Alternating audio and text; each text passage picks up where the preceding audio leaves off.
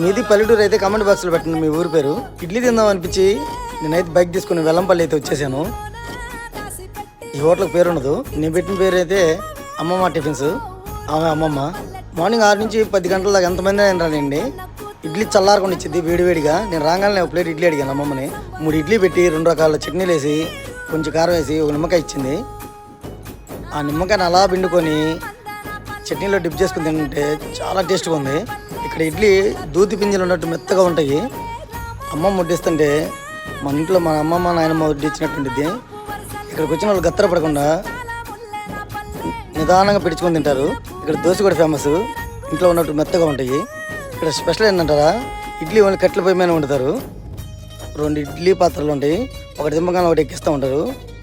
నేను వాళ్ళ ఇడ్లీ అయితే ఒక పొట్టు పట్టాను. కట్టెల పొయ్యి మీద ఇడ్లీ చూడండి ఎలా ఉడుకుతున్నాయో. ఈ టిఫిన్ కొట్టి వచ్చేసరికి వెల్లంపల్లి ఉంటుంది, అమ్మమ్మ టిఫిన్స్. Please subscribe.